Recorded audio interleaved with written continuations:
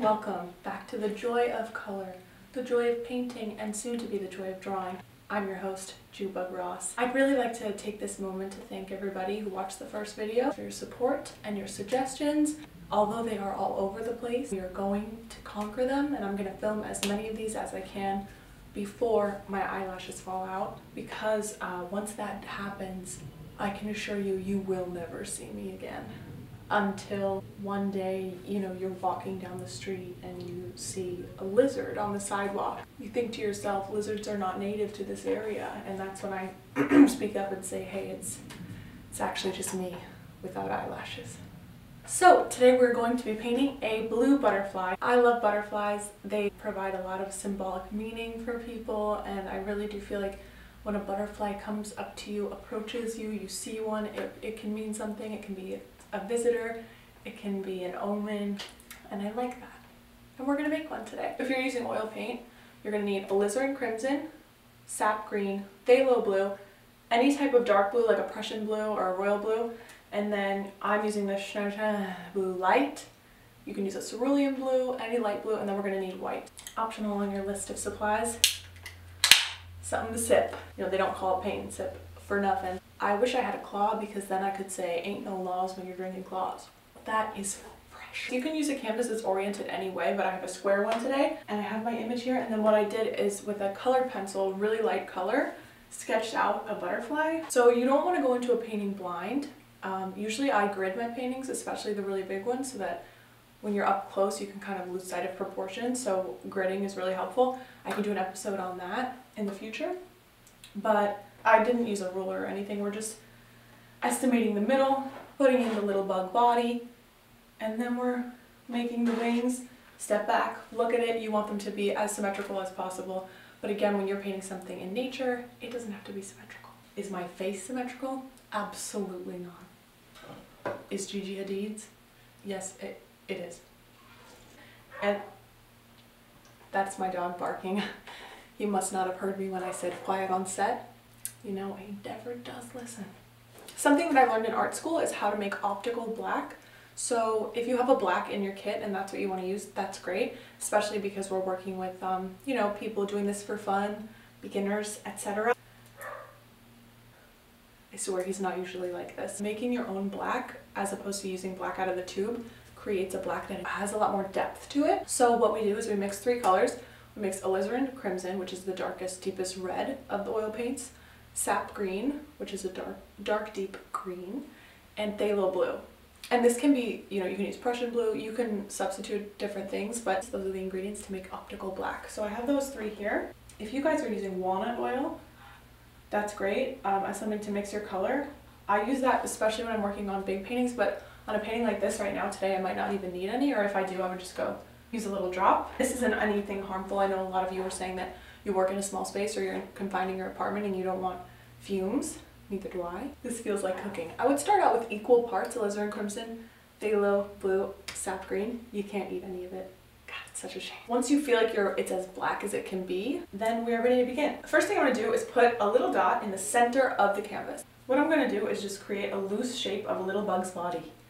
And we're not judging anyone, and we're not objectifying any little bug's body. So then there's a line that kind of comes down. Absolutely gorgeous. This looks exactly like in SpongeBob, little person that's just a head and a vertebrae in a wheelchair saying, "What are they selling? Chocolates." We love an anecdote. We're going to use this black to outline your line here. Again, you could maybe use a ruler or a stencil, but let's just wing it. Let's just see what kind of shapes we're making. Especially with the paint and sip, I think you should leave a lot of it up to chance. Leave it up to the sip. Oh my, but when you do that, it is not symmetrical. So when I put the corner of the wing here, then I sort of want to like guesstimate over here to where its sister will be. A lot of this is guesswork. Then I'm going to bring this down and just do a nice sweeping motion. Looks like the 4th of July. A firework just sweeping down. That looks okay. What do you guys think? How are we doing over there? There's about 6 ridges.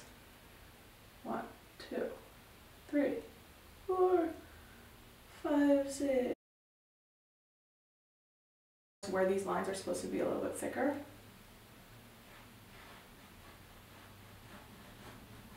I sneezed on the beat and the beat got thicker. I sneezed on the paint and this line got thicker. Butterfly here on my reference image has, you know, these things. And the bug body, you know, it just gets thicker. And, you know, maybe this bug is in quarantine. And maybe he had a routine before all this happened. And maybe he was on the right track, getting fit, eating healthy, drinking a lot of water. But, you know, maybe the bug is in quarantine now and he doesn't have access to his gym. You know, maybe he's snacking 3, 4, 5, 16 times a day. I have no idea what he's going through, but I can imagine it would be very difficult. Everything's great. Thanks for asking. Remember in episode 1 I said, you know, take a sip anytime you get paint on you. It's a silly little drinking game. I hope. Oh, no, I got paint on me. Take a sip. You know, you can really taste the lime in that. This is not sponsored, by the way. So, now is the fun part. I'm going to take this blue white, which could be, you could use an ultramarine, you can use a cobalt, and you can lighten it if you don't have a light blue in your kit. I'm just going to lay this in. Wow. This is really one of my favorite oil colors. Let's take a sip every time we see one of our favorite oil colors. This is truly something. It's 2 in the afternoon, but I mean, in quarantine, it's like the airport. You know, we don't call it Tuesday, we call it day. So I'm just gonna lay in all this blue. I always forget. Welcome to my channel, you guys. Thanks for coming back. There's so many good blues you can use. Ultramarine, phthalo, Prussian. You know, test them out. You can test them out on your palette if you have one or on a separate piece of paper. Ultramarine is one of my favorite colors. Oh, there it is. Yeah, that has a really nice, bright relationship with the blue light. So I'm going to go in and that'll sort of be my dark color. And I'm going to use this as a middle ground to blend into the outer black. I'm just using your brush as like a gradient tool. So we're just going to use that and blend it so that you're creating a gradient between the black and the light blue. And it creates a nice fade. Oh, that's gorgeous. And do you think we'll do the same thing on the other side? You guys are too smart. Since you got that right, let's take a sip. Blend it into the little bug body. So we have a really nice foundation. With the darker blue that I have on my brush, the ultramarine mixed with the medium color that we had before, I'm just going to start to lay in the details of the wings. So this is probably the most important line here. And would you look at that, they don't connect. What can you do besides lower it? Yay! See, we can always fix. Favorite pair of jeans might not be forgiving, but oil paint is. I'm just going to put in where I see these dark areas and just blend it in. And we're just putting them in. For this part, we're just sort of putting it in before we do other details, so it's not that big of a deal. And these are very subtle. These are definitely not black. You're using, you know, the middle ground here. And if your painting is looking dark, don't even worry because we haven't added the lights yet, so it's only going to get lighter. Just like in life. Better days are coming, I promise you. And we're just sort of, with our blending, we're creating dimension among the wings. If you're using one brush, which you can totally do, just make sure you're thoroughly cleaning it off. Clean it off with a rag or a paper towel. We're mixing the blue with our white, our titanium white. Wow, that's beautiful. If you look at your reference photo and you squint, try to see where you see the lightest color. So when I squint right away, I feel that the bottom wings are lighter. There's areas up here, but the middle and the bottom is what I see. So really see is that this center line, that's really bright. So we're gonna mix this in.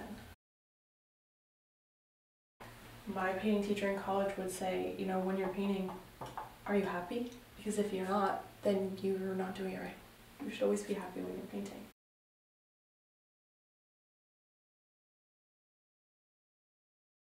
How's it looking? How's yours looking? So I don't want to lose that first wipe of solid color we did because I really like that color. So you want to make sure that you're adding your lights, adding your darks, but you're still keeping a little bit of that middle ground. Oops, got some paint on me. Cheers. And this is when we're going to go in and put and sort of reinforce any lines that are important. So there's like this line here, I don't know. So you can always correct things that are bothering you. You could also add antennas. This reference photo doesn't have antennas. Think of it as if they're the cords to the earpods. Maybe this butterfly is wearing earpods, you know, bougie butterfly. Use the thinnest brush you have, or if you have a flat brush, just use it this way. And they look a little wonky, but you know, it looks like that TV, if it had these antennas, it would still get the channels. Would you look at that? Flying away. Now unfortunately this butterfly cannot fly because it's on quarantine. The rules apply to everyone, including this butterfly. Please stay inside. Well, I hope you guys enjoyed episode 2. Better times are coming, I do believe that. And you know, don't lose sight of all the things in life that you are grateful for. Family, friends, health, the air we breathe, the space we live in. Show some gratitude and let me know what you're grateful for in this quarantine. Leave a comment with something that makes you smile. And please leave suggestions. I really liked everyone's suggestions except for the person who said, can you do a tutorial on painting specifically me naked? We're gonna do the other ones first. We've got a flower, we've got a sunset, clouds. Happy clouds was actually a suggestion. More complicated things like how to paint a realistic eye, which I love painting eyes. I'm working on a drawing of a lion and I've been recording the process. So that could be one of the episodes if you guys have colored pencils and paper at home. I want to do a few tutorials on that, how to blend skin tones, etc. So I'm working hard. We're all going to learn how to draw and paint and I'm very excited. That makes me very happy. And I hope that color brings you guys the same joy that it brings me every day. If you guys do this at home, I'd love to see them. I'd love to see everyone who did the first one. It was really cool. You guys are so talented. I love to see everyone's individual style and mark making. And let me know if you have any questions. I'm always here for advice on art. And I'd love to see your work. Tag me at JUUUBUG with 3 U's. That's misleading. There's 3 U's in the front, 1 in the bug. So 4 U's total, but 3 U's in the Jew. And I hope you guys had fun today. Show me your butterflies. Thank you for watching. If anyone has a theme song that they wrote for me for my show, let me know. I'll put it in. Like, comment, subscribe. Stay tuned for episode 3.